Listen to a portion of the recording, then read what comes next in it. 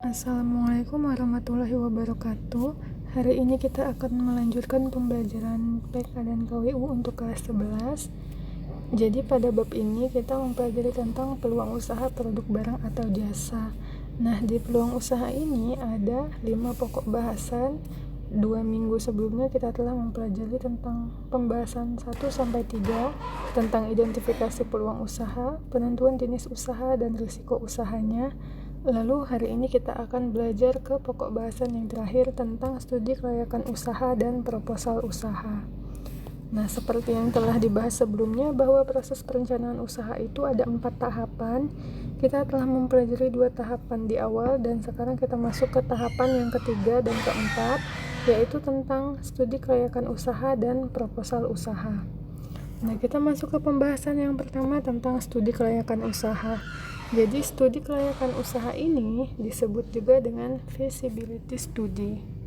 Nah, feasibility study ini adalah cara yang ditempuh untuk menentukan kelayakan suatu gagasan usaha untuk dilaksanakan. Jadi, untuk menilai apakah gagasan-gagasan usaha yang kalian ajukan itu layak atau tidak untuk dijadikan suatu usaha. Nah, ini disebut juga sebagai analisis proyek bisnis atau penelitian kelayakan suatu bisnis dilaksanakan untuk menguntungkan secara terus-menerus. Karena memang dalam suatu usaha itu kita perlu untuk memperoleh keuntungan.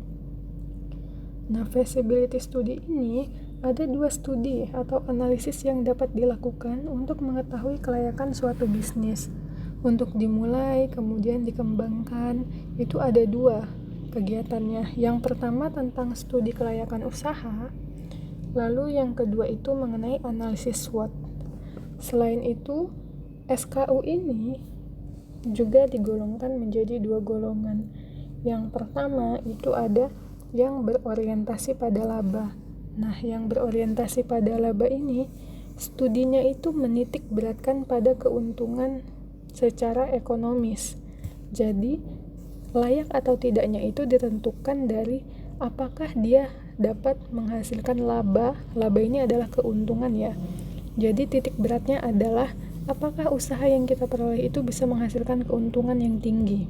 Sedangkan kalau yang kedua, yang orientasi tidak pada laba atau sosial, itu titik beratnya itu bukan di laba atau keuntungan, tetapi apakah proyek itu bisa dijalankan dan dilaksanakan tanpa memikirkan nilai atau keuntungan secara ekonomis. Selanjutnya kita ke studi kelayakan usaha. Jadi, pada prinsipnya hasil uji kelayakan usaha itu dapat dimanfaatkan untuk 3 hal. Yang pertama untuk merintis usaha baru, pertimbangan perintis usaha baru. Kemudian yang kedua mengembangkan usaha yang telah ada, dan yang ketiga memilih jenis usaha atau investasi atau proyek yang paling menguntungkan yang mana.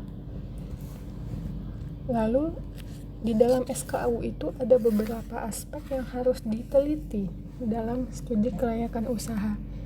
Yang pertama mengenai aspek hukum, jadi menyangkut semua legalitas atau sah atau tidaknya rencana bisnis yang akan dilaksanakan, yang meliputi ketentuan hukum yang berlaku di Indonesia jika bisnisnya dilakukan di Indonesia. Yang kedua, aspek sosial, ekonomi, dan budaya. Jadi ini menyangkut dampak yang diberikan kepada masyarakat sekitar karena adanya suatu kegiatan usaha yang kita laksanakan. Misalnya dari sisi budaya, apa sih dampak keberadaan bisnis yang kita laksanakan terhadap kehidupan masyarakat, kebiasaan adat setempat, atau aspek budaya lainnya.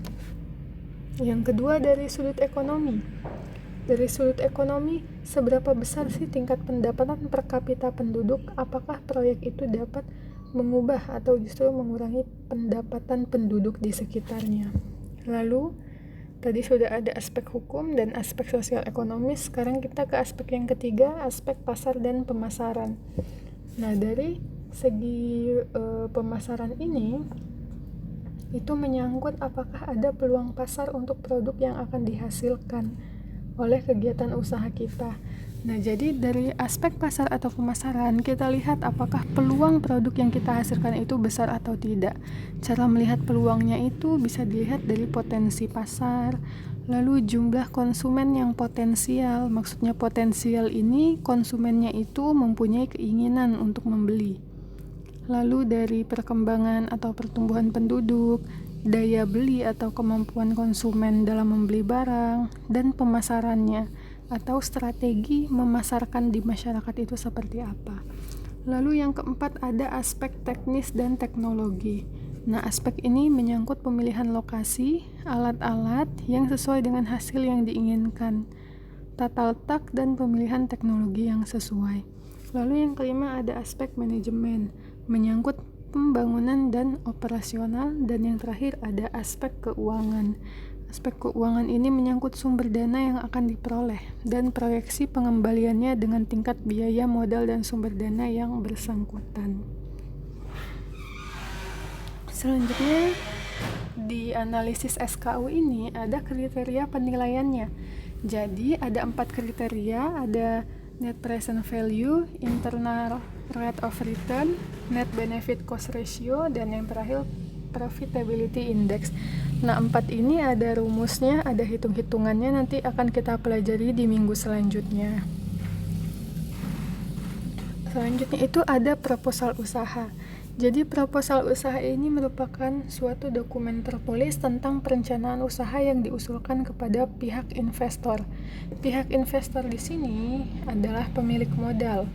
Selain investor, bisa juga diajukan ke perbankan atau ke bank sebagai bahan pertimbangan dan penilaian untuk memperoleh dana yang dibutuhkan untuk menjalankan usaha yang direncanakan. Nah, biasanya untuk memperoleh modal itu kita kan bisa meminjam uang ke bank atau misalkan mencari investor, orang yang mau meminjamkan dana ke kita, menanamkan modal ke kita. Nah, untuk mencari investor atau pinjaman ke bank itu, kita harus memberikan proposal usaha yang akan kita laksanakan. Jadi para investor maupun pihak dari bank itu menilai apakah mereka pantas memberikan dana kepada kita dari proposal yang kita ajukan. Nah, siapa saja sih yang memerlukan proposal usaha? Jadi ada 4 bidang atau 4 bagian yang memerlukan proposal usaha. Yang pertama dari segi pengusaha.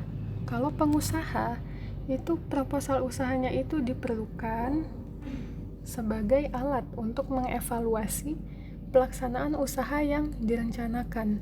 Sedangkan bagi investor, proposal usaha ini merupakan gambaran tentang prospek usaha dan kemungkinan keuntungan yang diperoleh. Jadi, gambaran usahanya itu menjanjikan atau tidak, ke depannya akan berhasil atau tidak, dan kemungkinan keuntungan yang diperolehnya itu tinggi atau tidak. Sedangkan dari segi perbankan atau keuangan, lembaga keuangan, proposal usaha ini digunakan sebagai dasar penilaian untuk menentukan penyaluran kredit bagi pendanaan usaha tersebut. Maksudnya itu sebagai dasar penilaian untuk menyalurkan uang atau dana ke peminjam, dalam hal ini yang membangun usaha tersebut. Dan yang terakhir adalah pemerintah. Jadi pemerintah dapat menilai mengenai sumbangan usaha yang akan dilaksanakan. Nah, selain dari investor maupun pihak bank, pemerintah juga kadang memberikan sumbangan ke usaha kecil atau usaha menengah yang biasanya dilakukan oleh masyarakat-masyarakat. Nah, untuk menilai apakah usaha tersebut pantas atau tidak diberi sumbangan, itu bisa dilihat dari proposal usahanya. Nah, ini ada sistematika penyusunan proposal usaha. Nah, pada intinya isi proposal usaha itu mengungkapkan tentang deskripsi perusahaan, aspek pasar dan pemasaran, aspek produksi, aspek keuangan, serta aspek organisasi dan manajemen. Meskipun belum ada bentuk atau sistematika penyusunan proposal yang baku, tetapi pada umumnya proposal itu susunannya seperti ini. Jadi di bab 1 itu ada tentang deskripsi perusahaan, di bab 2 ada tentang pasar dan pemasaran, lalu di bab 3 itu ada aspek produksi, lalu di bab 4 ada aspek keuangan, ada kesimpulan dan daftar rujukan, dan yang terakhir itu ada lampiran. Jadi jika kalian ingin membuat proposal usaha, ini bisa lihat apa saja yang ada di dalam proposal itu, apa saja yang bisa dimasukkan. Nah, untuk contoh proposalnya nanti akan Ibu berikan dalam bentuk PDF. Silakan kalian baca karena ada tugas yang berkaitan dengan penyusunan proposal. Nah, sekian pembelajaran hari ini. Apabila ada pertanyaan silakan bertanya di grup WhatsApp. Ibu akhiri. Wassalamualaikum warahmatullahi wabarakatuh dan terima kasih.